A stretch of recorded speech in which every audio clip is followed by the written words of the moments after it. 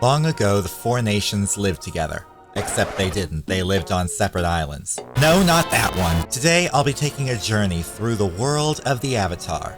Not the blue alien lion people from that nature documentary James Cameron brought back from his trip to space. The one about an alarmingly unsupervised child with arrow tattoos, accompanied by other alarmingly unsupervised children and his pet bison with 6 armpits. I'll be exploring the Fire Nation's motivations, and who Monk Gyatso was, and how he wound up helplessly transfigurated into a statue. I'll be starting sentences on one side of the screen, and finishing them on another, to unravel the mystery of Airbender, the last Avatar. This is Avatar Poorly Explained.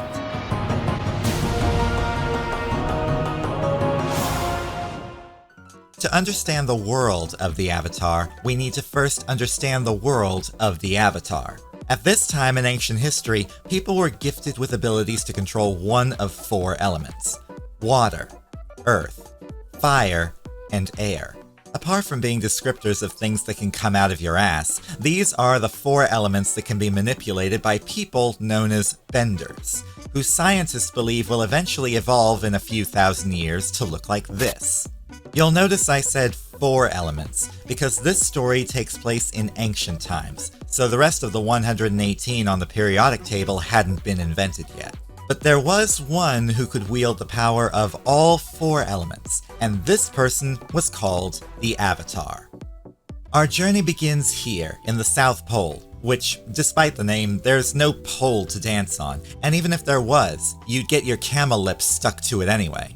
That's how cold it was. Remember, this was ancient times, long before Al Gore invented global warming. The Southern Water Tribe was divided into 2 species, the menfolk and the people who took care of the menfolk. The ideal society, if you were red-pilled.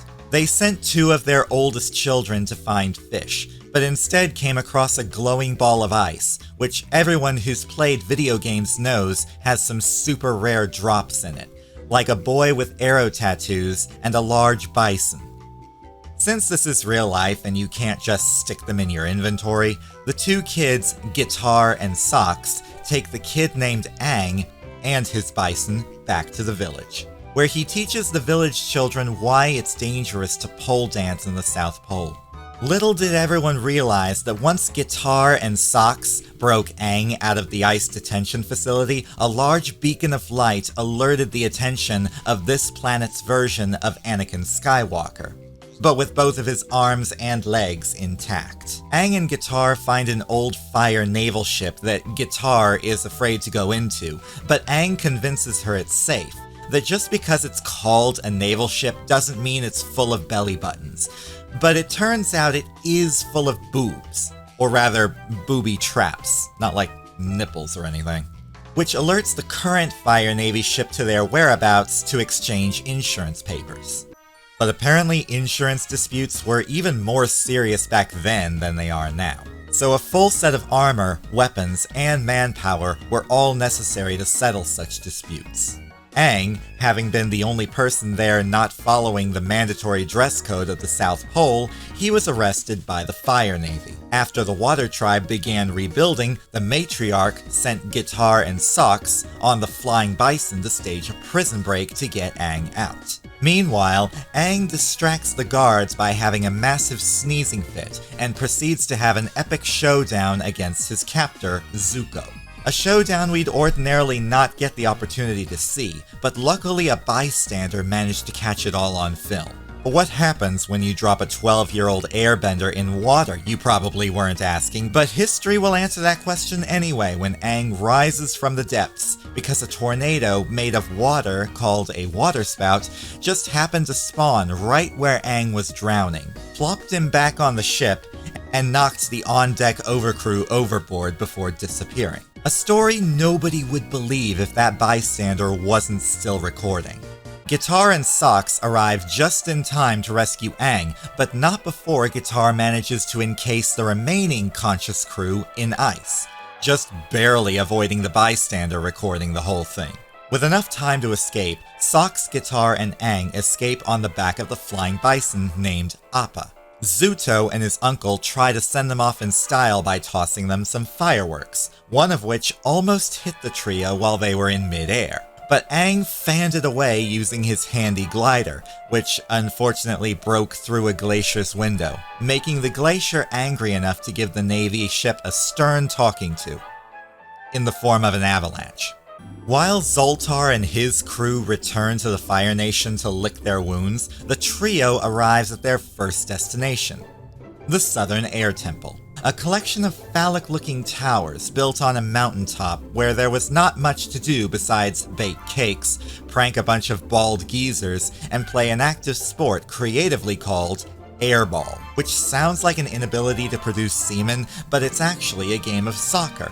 But instead of kicking or dribbling, you control the ball through airbending. And if you didn't think that was hard enough, you also have to balance on cabers that Scottish men tossed up and just never came down. So airbenders decided to use them for their more interesting and engaging sports instead.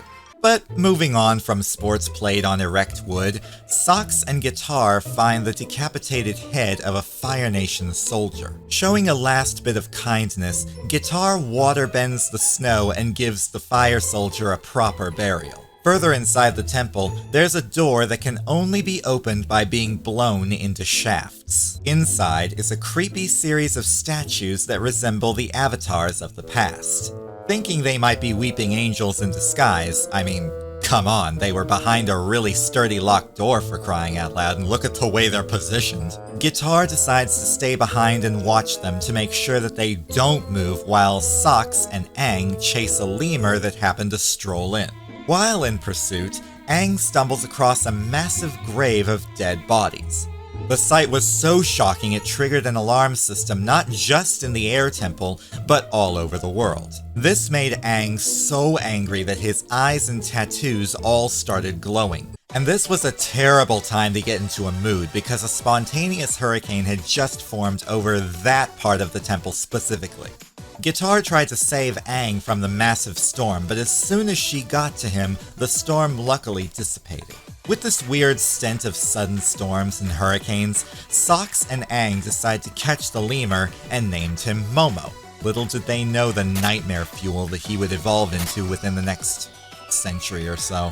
And off they all went on their next journey to Kyoshi Island. But we'll discuss that in the next episode of Avatar Poorly Explained. So, thank you guys so much for hanging out with me today and for watching, and I'll see y'all later, bye!